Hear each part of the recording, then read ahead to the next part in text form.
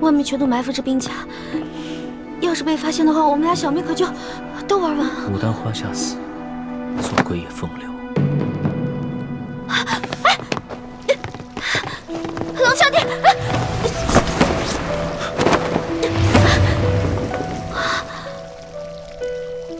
想不到这个钦差大人原来也是个色鬼，还好是易欢妹妹身手好，要是换了我，就只能以死来保全清白了，真难为易欢妹妹。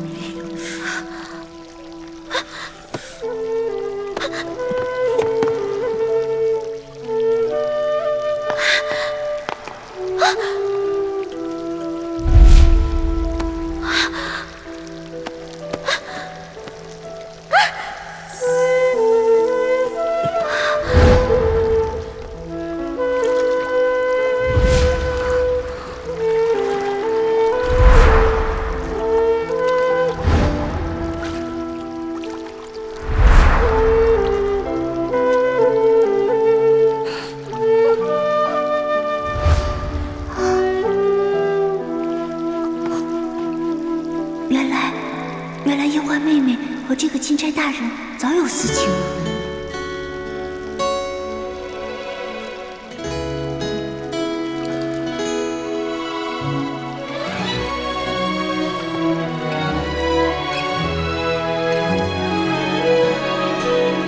春秋两岸，时光催尽，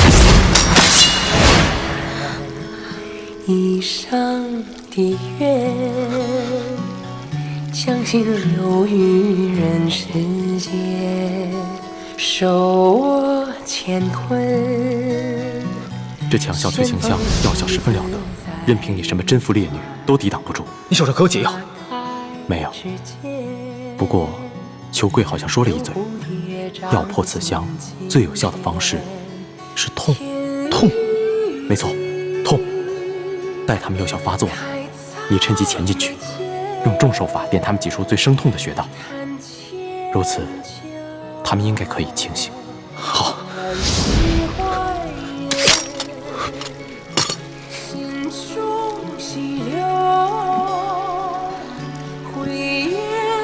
清绝，回首一生路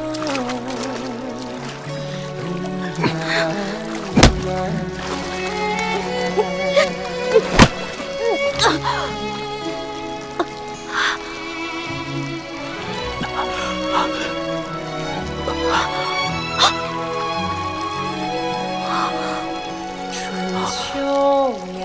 主子，易欢是许配过人家的，不可能跟着主子过一辈子，还望主子克制自己，千万不要一时冲动，做出有损易欢名节之事。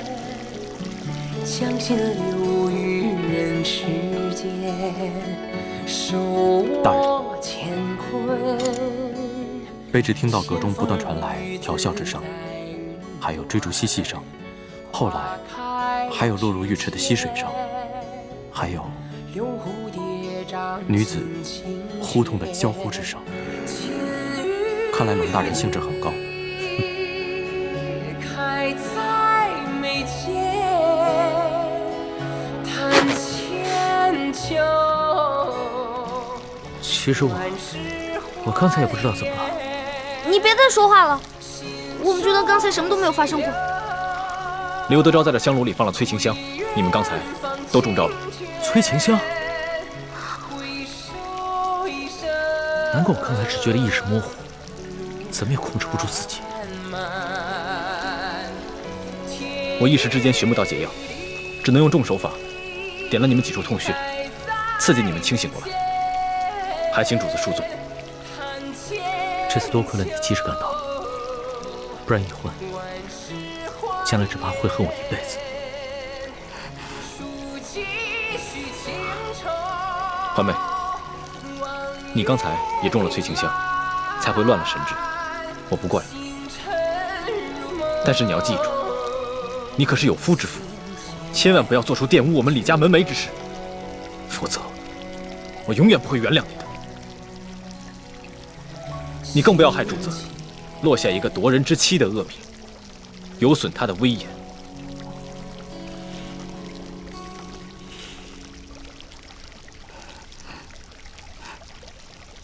不过，刘德昭安排了人，在外面探听阁中的动静。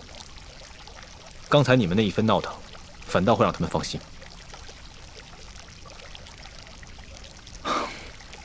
你们现在都已经清醒了，我也得赶紧离开了，免得被他们发现，坏了大事。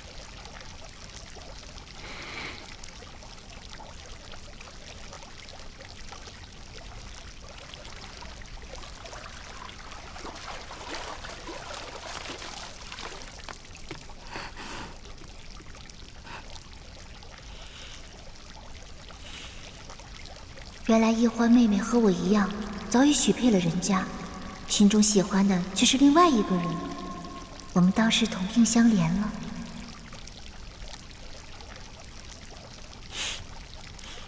你现在的样子，哪里还像我的老大？你不说话，没人把你当哑巴。若是不说话的话，岂不更尴尬？其实，就算刚才发生了什么，也没事。大不了你先退婚，然后再嫁给我。呸呸呸！狗嘴里吐不出象牙。老大，龙嘴里自然吐不出象牙，只能吐出龙涎。我说的都是认真的，你不妨再考虑考虑。你要再胡说，我不理你了。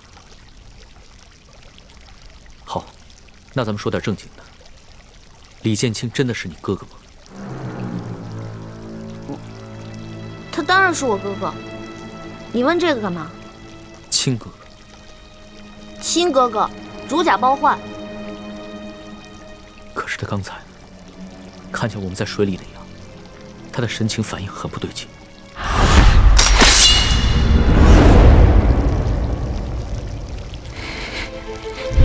当时他很是气急败坏，似乎还曾想对我出手，连剑都拔出来。他是因为他以为这屋里还有刘德昭的人，他拔剑是为了保护我们。可是他眼神中有一种恶狠狠的东西在看着我，像针尖一样锐利。虽只是一闪而过，可我的心却不寒而栗。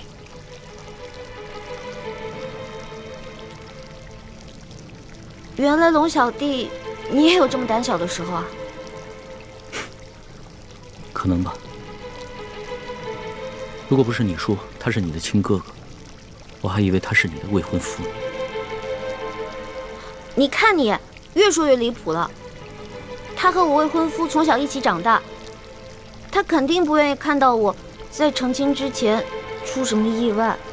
你想想那些公主格格们，如果早已许配了人家，有别的男子打他们的主意，那你肯定也会不开心的。可能是我想多了吧。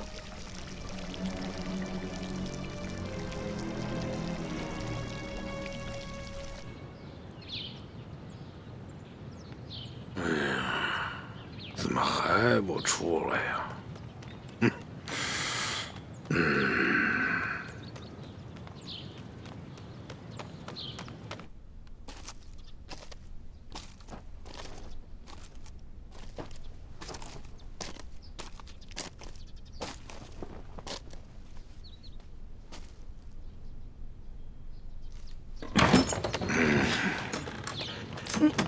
哎，哎呀，龙大人真是春风满面呀！啊，哎，对于下官送的礼物可还满意呀？挺好，有劳刘大人了。那就好。哎，龙大人，那就随本府到我书房，咱们把那个事情再重新的。不用在意了，就按照你说的安排吧。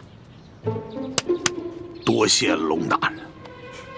不过，这本钦差啊，毕竟是来视察官风的。眼下灾民闹事不断，又有这牛角寨的乱党在远处盯着，这本钦差啊，也不宜常来你府上见万姑娘，不是？是。所以啊，要不然你把这万姑娘安排到府外的一个地方住着，等本钦差回来京城以后，你再悄悄地把人送到京城，到时候我再纳她为妾，那不就免人口舌了吗？明白，本官明白。龙大人放心，我一定把此事给你办的是妥妥帖帖啊！此事简单，大人，我先在城东置办一所宅院，然后把万姑娘安置在那里。大人只要有空，就可以悄悄去会万姑娘。等到大人回京之后，我亲自护送万姑娘进京，如此一来，可保万无一失。刘大人，这裘老板做事极为妥帖呀！啊，我平时调教的好。主子，咱们先回舒府吧。那先行告辞了。宋龙大人。哎，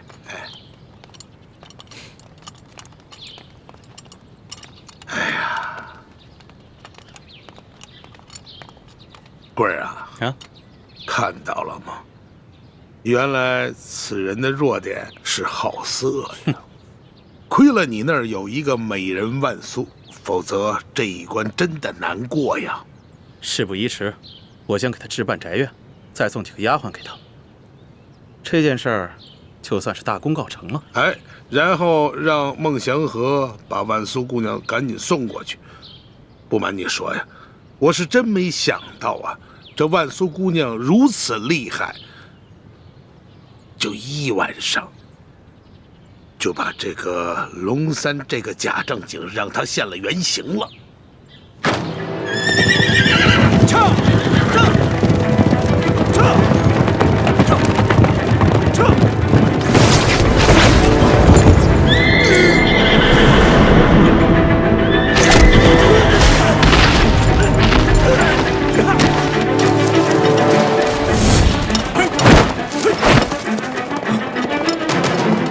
什么人胆敢光天化日之下拦路抢劫？识相的就把钱留下，啊，还有马，马也得留下。义父，他们多半是附近牛角山寨的山匪。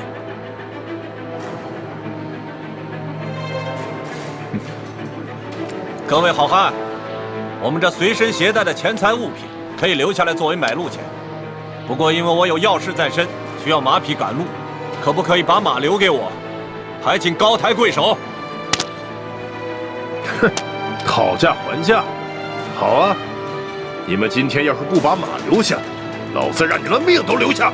哎，各位兄弟，有话好说吗？既然这样，那马就留给大家，钱财马匹都留给你们，放我一条生路。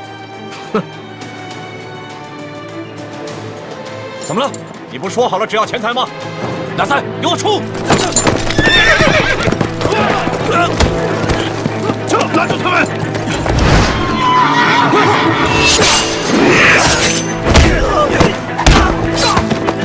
义父，你腿受伤了，没事，快走！撤！将军，跑两个，怎么办？赶快发出讯号，让前面的人拦住他们！走！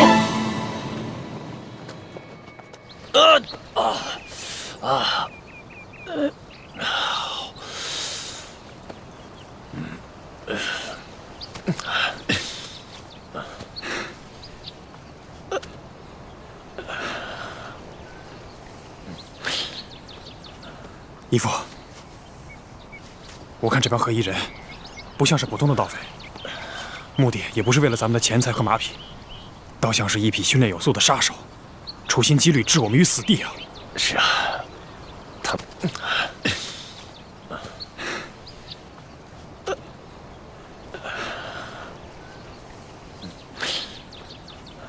义父，我看这帮黑衣人不像是普通的盗匪，目的也不是为了咱们的钱财和马匹，倒像是一批训练有素的杀手，处心积虑置我们于死地啊！是啊，他们好像很了解我们的行踪，特意埋伏在我们通往玉八赞营地的必经之路。难道我们的行踪暴露了？不好！李氏兄妹真有可能是图谋不轨的贼党。你是觉得这帮杀手是李建清和李易欢兄妹派来的？咱们此次调兵，可谓是十分隐秘。这些杀手是如何知晓的？这李公公才供你30多年了。丽嫔是舒总兵的女儿，其他侍卫都是我精挑细选的霸气子弟，他们个个来历清白，绝不会勾结杀手暗害我们。只有李氏兄妹，他们俩最可疑。义父，如果说李建清和李易欢兄妹是乱党，那他们的目的不仅仅是要置我们2个于死地，恐怕皇上有危险。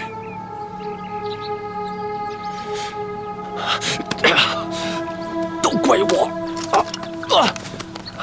我不该听皇上的，什么还要去调兵？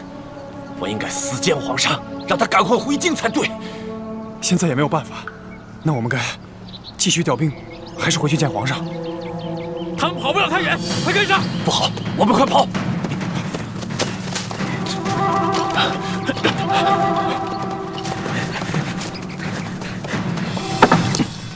都10多天了，这索图怎么还没回来啊？不会出什么事儿了吧？呸！乌鸦嘴！主子别担心，我已经安排2个侍卫兄弟去打探消息了。也不知道这索额图什么时候能回来。叶欢，要不然你们把刘德昭送给我的那些金银财宝，想办法换点粮食来赈济那些灾民吧。龙小弟，我本来就这么想的，但是我不好意思说，没想到你也这么想，果然英雄所见略同啊。欢妹，你又不知轻重了，怎能跟主子并称英雄呢？哎，无妨，在我的心里啊，易欢一直是一个巾帼英雄，有眼光，有度量。主子，这件事情万万不可啊！如果拿刘德昭行贿的金银珠宝去买大批的粮食，就会引起刘德昭和裘贵的注意，他们一定会识破主子跟他们不是一条船上的人，说不定他们会铤而走险，向主子您下手，强龙难压地头蛇呀！李公公说的没错，刘德昭一定安排了诸多眼线盯着我们。眼下索大人情况不明，我们切不可轻举妄动。我们顶多在城的东南西北各设一处粥棚，但不可再大肆赈济灾民，万一有什么闪失，我等担待不起。你们说的对啊，是我考虑不周。一时的赈济只能缓解眼前的灾情，而不能一劳永逸。只有我顺利地回到了京城，才能肃清吏治，以后让全天下的老百姓免遭刘德昭这样的贪官荼毒。主子，您能这么想就对了。天大的事情，也没有主子您的安危重要啊。叶欢，咱们现在有银子了，你什么时候啊，把你跟丽嫔当的那些首饰给赎回来吧，要不然回了宫里啊，又要向我多讨点利息了。刘小弟，我发现你现在越来越会精打细算了啊。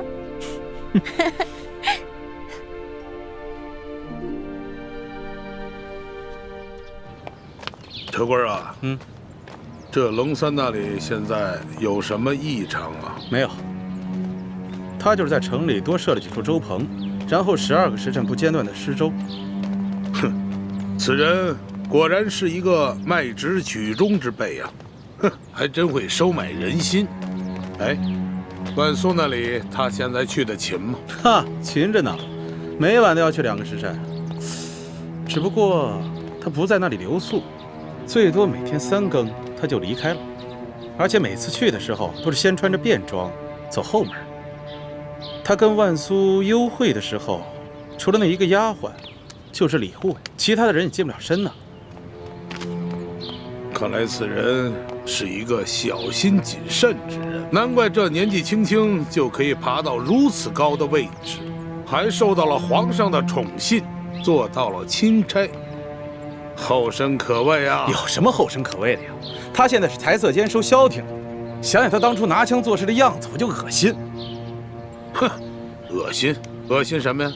如果这个龙三他不好色的话，我们拿他还真没办法。哼。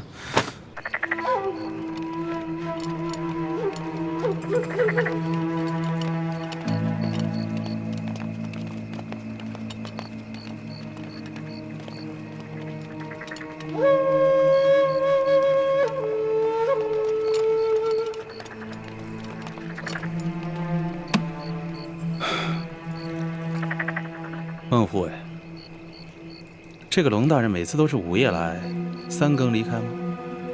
是的，舅老爷。大人这心里还是有些不踏实啊。他一天不离开太原，咱们就一天不能放松警惕。你还是要盯紧了。卑职明白，舅老爷放心，我一定盯紧他。辛苦你了。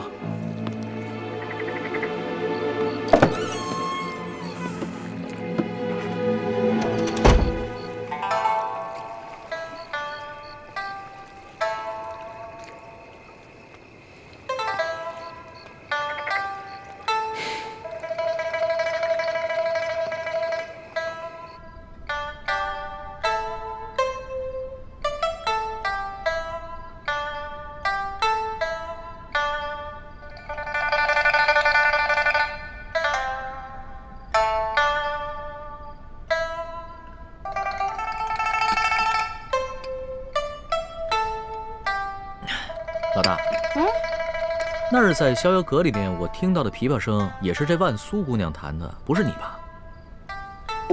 又被你给揭穿了。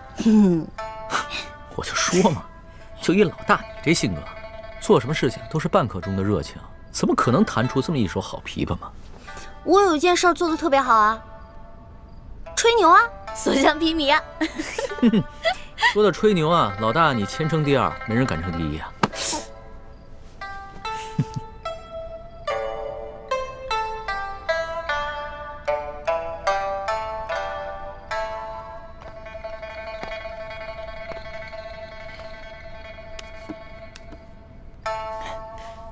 老大，我虽然吧没见过这个万苏姑娘的脸，但是吧，我就看她这个朦胧的身姿和她弹的这一手好琵琶，一想啊，她就是一个色艺双绝的女子。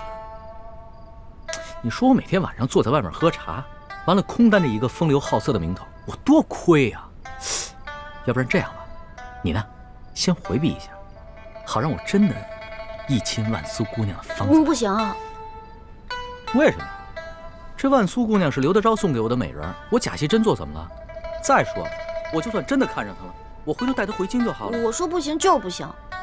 你吃醋了？我没吃醋，我是在维护你龙小弟的形象。原来我在老大的心中还有形象呢。那当时在宫里是谁说的这个？哎呀，全世界最不值得女人爱的男人，啊！要不然这样吧，老大，你呢就承认你吃醋了。那我吧，也就看在你心里难受的这个份上，我就做一个美色当前不动摇的柳下惠。要不然我这一连10个晚上都在这儿喝素茶，我受不了啊！哎，你给我站住！哎，站住！不行，老毛病又犯了。上次对我也是，差点假戏真做。我告诉你啊。万苏姑娘不一样，她心有所属了，而她心里喜欢的人是帮咱们的，所以你千万不能对她打主意。得了吧，上一次你也是这么骗我的，说什么非龙三不嫁，不能动心腹手下的女人，是吧？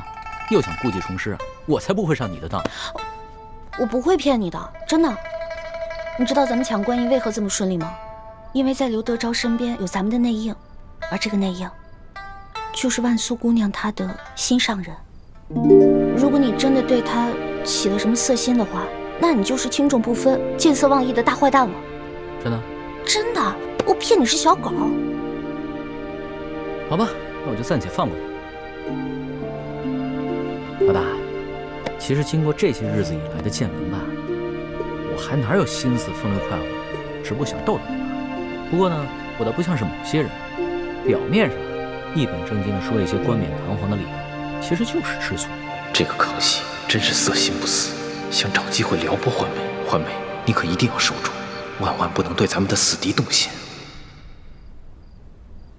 懒得理你我。哎，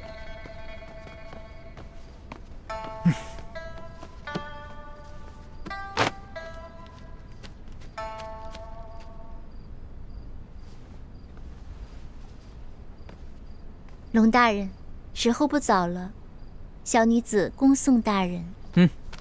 看看，人家万苏姑娘心里压根就没有你，催你走呢，别赖着了。好酸啊，好酸啊！好了，万苏姑娘，在下先告辞了。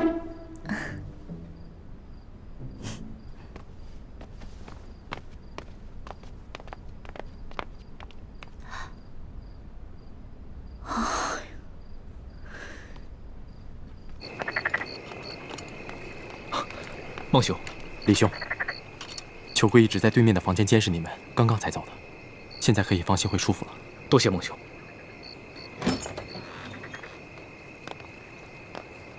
钦差大人，这个就是孟祥和，我刚刚跟你说的万姑娘的心上人，也是一直帮咱们的好汉。怎么样，比你长得英武吧？你越是拿话呛我，就越说明你吃醋。多谢孟护卫相助。大人客气了。这些年，卑职在刘大人身边，大小官员见过无数，真正一心为民的，只有你。卑职很是敬仰大人，能为大人尽绵薄之力，是卑职的荣幸。那孟护卫多保重，后会有期。后会有期。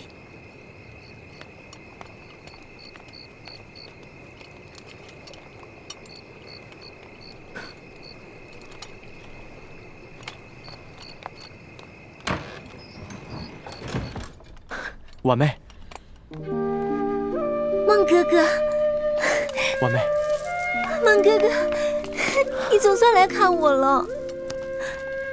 我无时无刻不在想你，只是找不到合适的机会。这下好了，我与刘大人的10年之约明日期满，我们可以远走高飞了。真的，太好了。婉妹，你且收拾好东西，明日我来接你。嗯。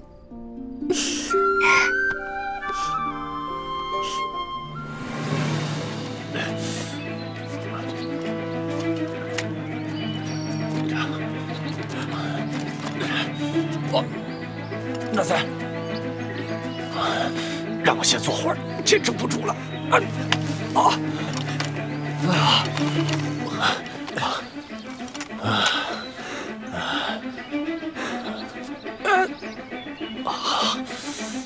那三，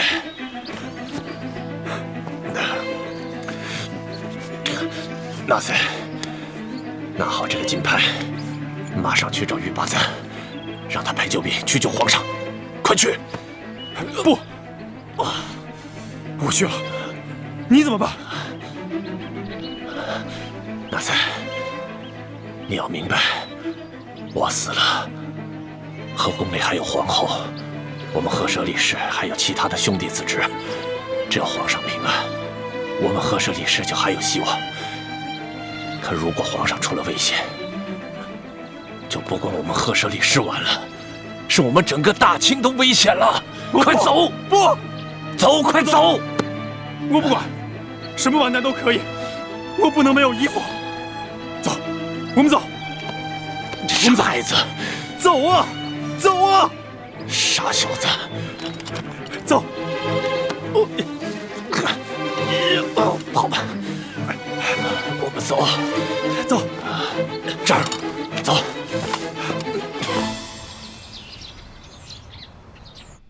一会儿人来之后不说了。大人。祥和呀，你这伤势如何啊？已经好多了，多谢大人关心。祥和啊，我让你查的咱们这边的奸细，你查的如何了？还在调查之中，目前尚无进展。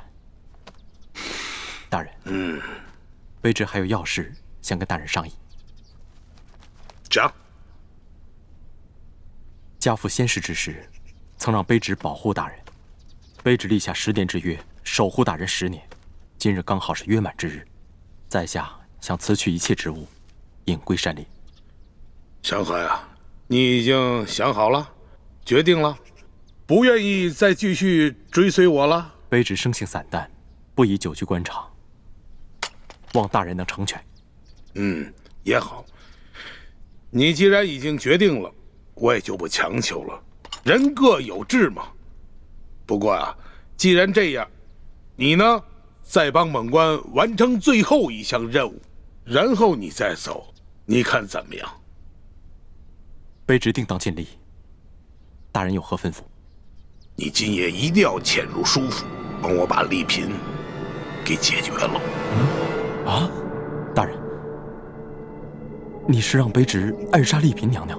不错，现在我们暂时把这个钦差龙三给稳住了。可这丽嫔娘娘身怀着龙胎，如若回宫之后产下皇子，到那个时候可就是后患无穷了。所以我们必须尽快给她铲除了。大人如何得知丽嫔娘娘怀有龙胎？孟护卫，这事儿啊，不瞒你了。其实我早就已经收买了书府的管家，他告诉我，丽嫔娘娘的奶娘近几日很是欢喜啊，每天都给丽嫔娘娘煲各种汤水。结果，就在前些天晚上，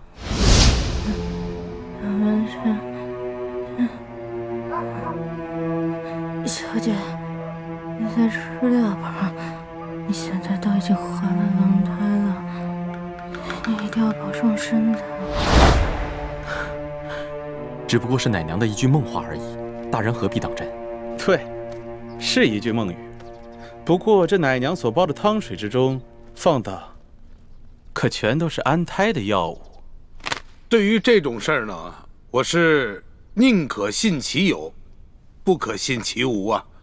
即便是这丽嫔娘娘她这次没怀龙种，那现在皇上这么宠幸于她，将来也有大把机会啊。到那个时候，那丽嫔娘娘能够放过咱们吗？所以说呀，必须尽早铲除。可是钦差大人带了许多大内高手在暗中保护丽嫔娘娘，况且卑职的伤至今还未痊愈。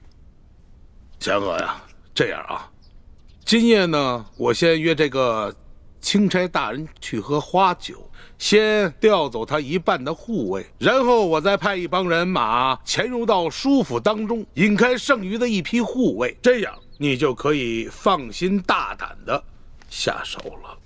大人，书剑之死已有诸多蛛丝马迹指向大人，这个时候如再杀了丽嫔娘娘，那钦差大人会更加怀疑您。他虽然是收了大人的贿赂，但难保他回京不会出卖您。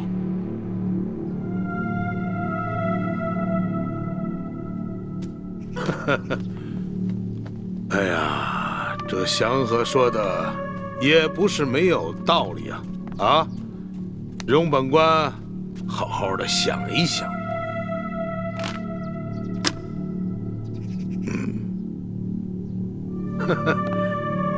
祥和呀，你这腰间这把刀，可是你爹留给你的。回大人，这把刀乃是卑职的传家之宝。我记得这刀柄之上有你爹亲手刻的一行字，可否让本官一看呢？是，大人。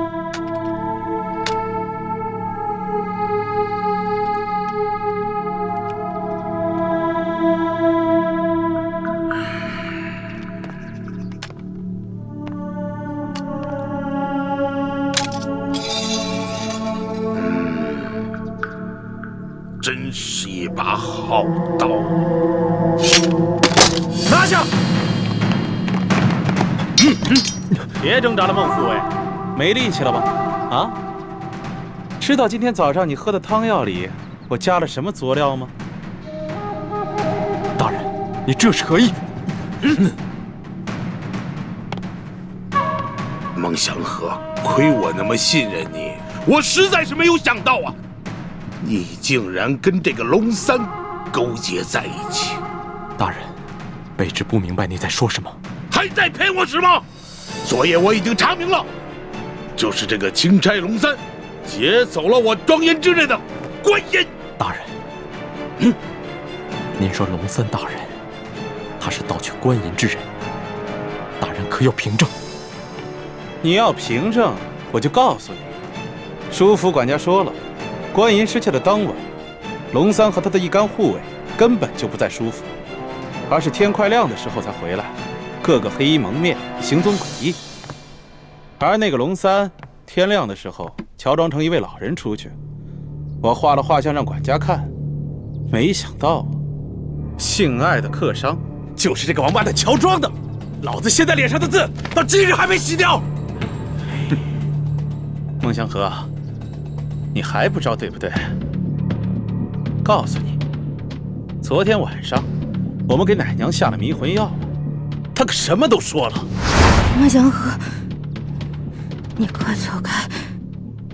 小姐现在已经是皇上的嫔妃了，而且还回了龙台。祥和呀，你跟了我这么多年，我实在是想不通啊！你与那钦差龙三无亲无故，并不相识，你居然勾结他背叛于我！我知道，这么多年，我赏赐你的银两，你都收下了；我赏赐你的丫头，你却不收，这是为什么？你心中早已有了人了，但是我万万没有想到啊，你心中的那个女人居然是舒剑的女儿舒婉金。你和丽嫔早有私情。没错，我心中的人就是舒婉心。大人，你有恩于我不假，孟某在你身边护卫10年。平日你待孟某不薄，孟某从没想过要出卖大人，卑职是不愿看着大人一步一步陷得更深。大人，你也听卑职一句劝，切勿再行伤天害理之事，回头是岸吧，大人。什么？这里有案吗？这有案没有啊？啊！我早就知道了，钦差大人龙三收我的金银财宝跟美人，只不过就是为了麻痹本官。龙三进京之时，那就是我刘德昭赴死之日。我们还有什么办法？能有什么退路啊？大不了就拼死一搏。待他死后，我就将这个责任推给那些牛角寨上盘踞的山匪。大人，你可曾想过，牛角寨位于山西境内，就算皇上信了，钦差大人和丽嫔娘娘死于牛角寨之手，可你身为山西巡抚，你逃得了失职之罪吗？失职之罪，祥和呀，你给我听好了，经本府调查，钦差龙三勾结牛角寨上的前明余孽，他不但伪造圣旨，还勾结这些山贼打劫官府的库银，因分赃不均，起了内讧，自相残杀而亡。本府率兵剿灭了牛角寨，如此一来，你觉得皇上还能追究我失职之罪吗？在钦差龙三伪造圣旨在先，早已犯下了杀等之罪。大人，先把罪名嫁祸牛角寨，现在你又说钦差大人伪造密旨，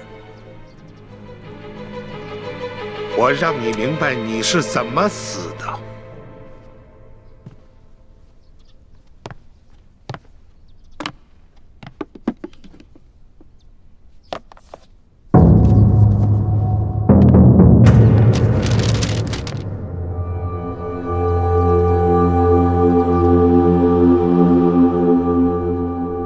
看清楚了吗？自从知道龙三敢劫取官银，我便觉得此事蹊跷，便吩咐管家暗中留意。没想到，还真让他逮着了机会。溜进了龙三的房间，便发现了这些东西。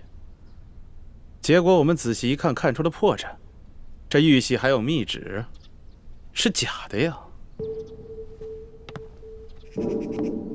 不可能，钦差大人手中还有一道密旨，奉旨调查书剑遇刺一案。那封密旨，卑职仔细看过，绝不可能造假。兴许他是奉旨查书剑之死，可是他竟然胆大包天的想要插手山西政务，情急之下才伪造了圣旨，还有玉玺，这叫什么呀？天堂有路他不走，地狱无门他闯进来。求贵，龙大人在儿子的脸上刻字，是希望你们能够警醒反思，悔罪改过。你们居然执迷不悟！你放屁！他龙三算个什么东西啊？在我眼里，他只是一个虚伪狡诈、蝇营狗苟之辈。你也在官场混了10几年了吧？就这么点小伎俩，就把你给蒙蔽了。道不同不相为谋。龙大人不想与尔等同流合污，尔等居然痛下杀心。你们才是自寻死路！大人，天作孽犹可为，自作孽不可活呀！大人，大人。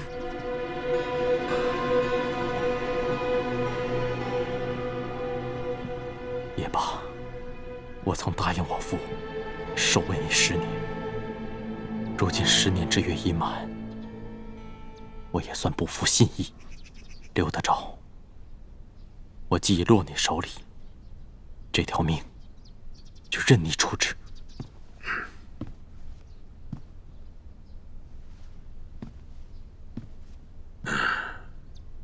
祥和，你跟了我10年，也守了我10年，救了我几次的性命，我刘德昭心中未曾不感激啊！可你居然为了一个女人呐！你把我刘德昭逼到了绝境，把我刘氏的全族逼上了死路啊！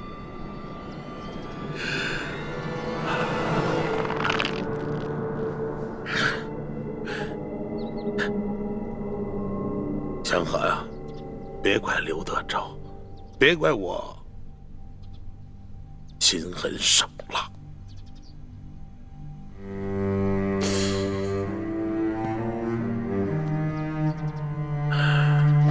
带下去。走。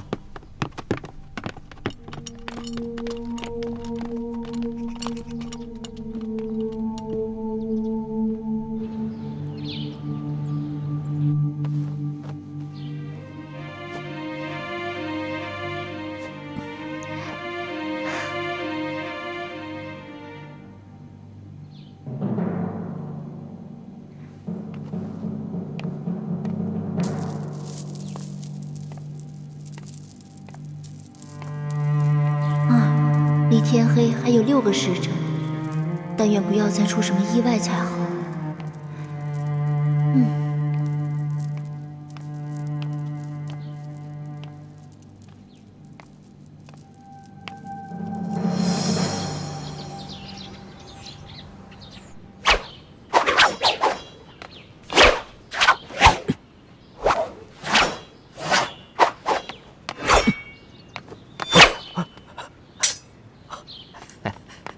主子，索头怎么样了？索大人出事了。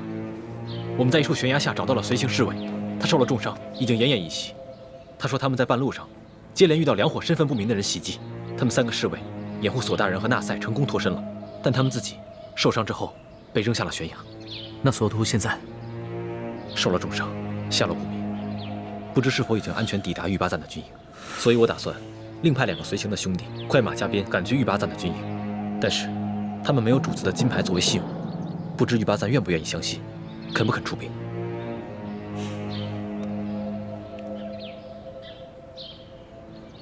主子，不如这样吧，奴才亲自去一趟。玉巴赞认识奴才，如果奴才亲自去说明情况，他应该会相信。那就辛苦你再跑一趟。主子您这么说，真是折煞奴才了。奴才也不用带什么东西，这就轻装出发。我派2个侍卫跟公公一同前去。好。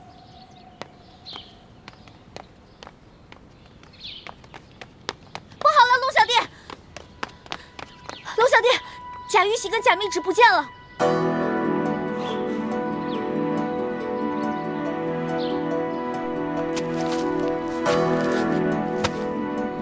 我昨天检查还在呢，这怎么现在贾玉玺跟贾密旨都不见了呢？看来这书府当中一定有人被收买了。这贾玉玺和贾密旨已经落入刘德昭手中。不可能啊！这府上可都是舒府的老人，没理由被舒府的死对头收买了呀。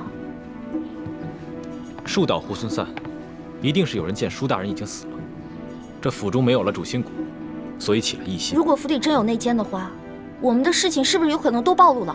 不是有可能，而是一定暴露。刘德昭一定会借着贾玉玺和贾密旨大做文章，甚至对主子痛下杀手。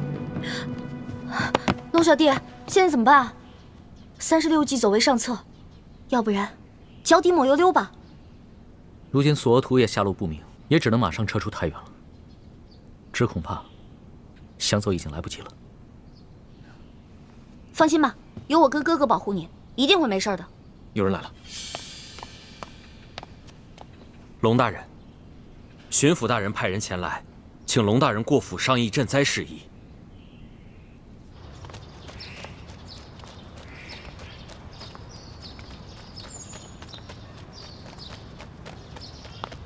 官儿啊，你能不能不在我眼前晃来晃去的啊？晃得我这头都晕了。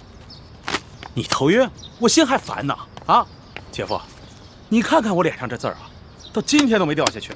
你说这姓龙的他多可恨呢！还有，这小子铁疙瘩一个，官场上这些规矩他懂吗？你还浪费这一桌子酒菜。要我说，人来之后直接拿下，严刑逼供之后再把他灭口得了。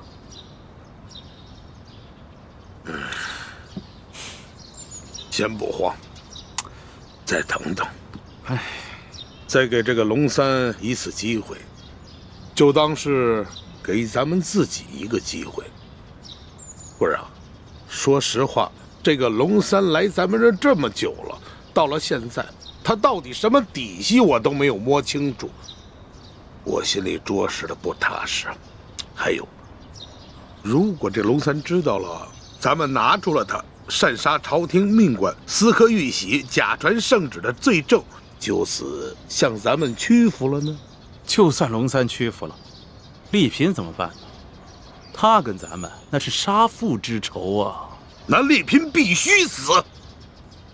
再说了，如果这个龙三真的肯向咱们屈服，很多事情他自然会替咱们遮掩的。否则的话，就送他们一块儿见阎王。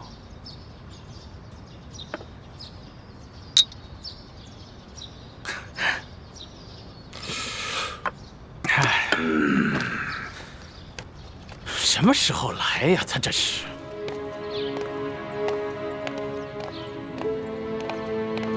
龙大人，请。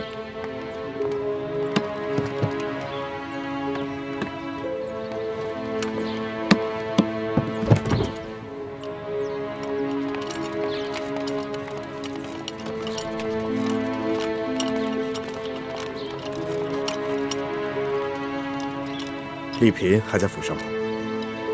啊，还在。刚才他还吩咐奶娘，要众人都到大厅，随他一起为老爷的亡灵念经祈福。交代的事情都办妥了没有？放心吧，我已将药下在厨房的菜汤里，过会儿就会发作。啊，我先到大厅念经，你们等我信号。好，事成之后，我家大人必有重喜。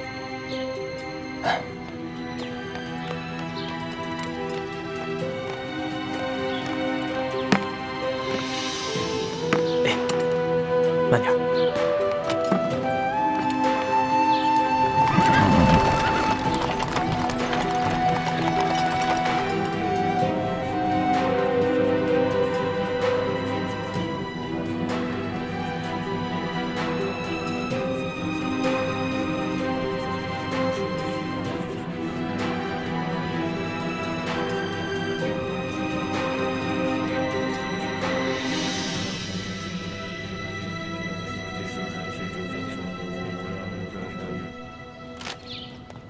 哎呀，龙大人，龙大人，有失远迎啊！龙大人，龙大人，来，请。哎呀，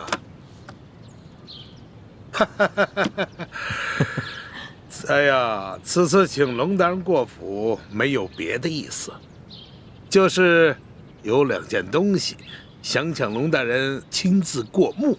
哦。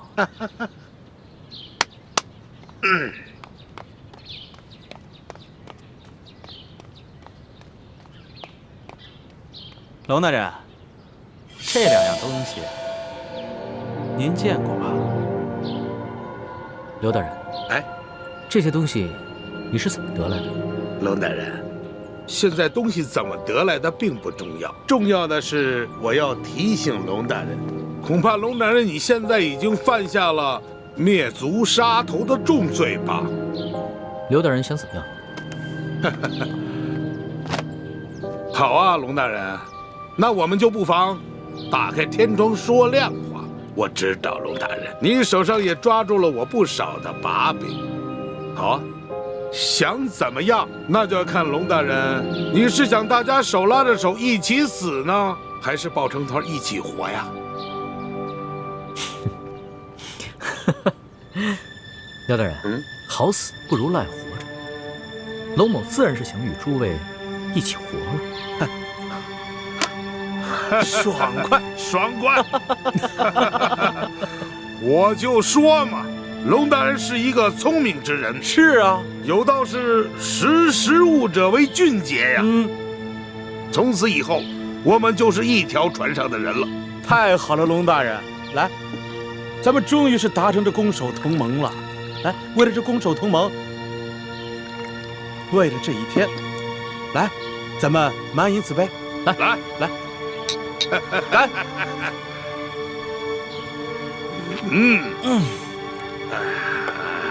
美酒啊！龙大人，既然咱们都是一家人了，那有件事儿，我得求您帮个忙。何事？您瞧我脸上这个字儿啊，您高抬贵手，把您的墨宝给我去了吧。乔老板啊，您脸上这个墨汁儿啊，是我家那个侍女特意调制的。这没有1个月以上，很难洗净。龙某也真是没有办法。乔老板，要不然您多等几日。行，不着急，不着急啊。抱歉，抱歉啊，龙大人，您太客气了。来，自家人不说两家话。来啊，来。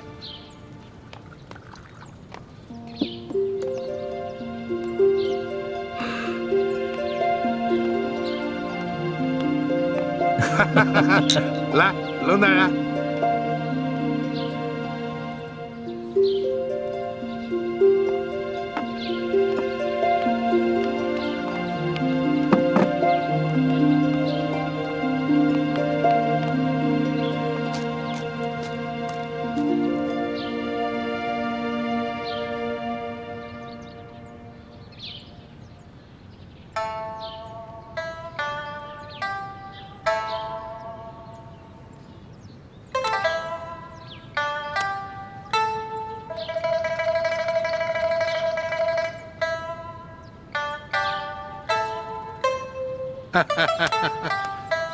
哎呀，龙大人呐，真是一个薄情的人儿啊！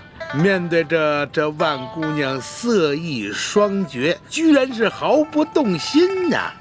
刘大人，哎，龙某也不是个不怜香惜玉之人，是，只是那个时候与刘大人尚未交心，背地里啊，就害怕刘大人参我一本，所以只好辜负了美人了。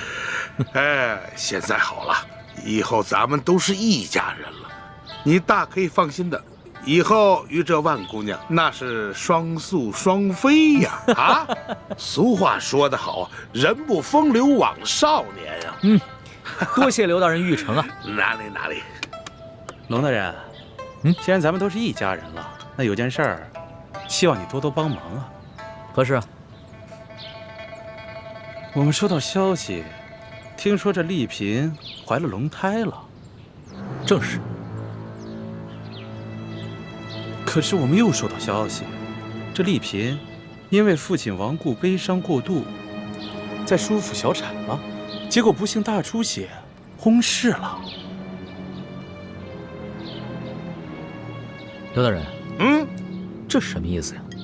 我刚出府的时候，这丽嫔娘娘还好好的，龙大人，俗话说得好，天有不测风云，人有旦夕祸福啊。龙大人，你是一个聪明之人，这向皇上禀报丽嫔娘娘薨逝的消息，这折子还是由你拟一下吧，就算是你我联名吧。快，阁下，快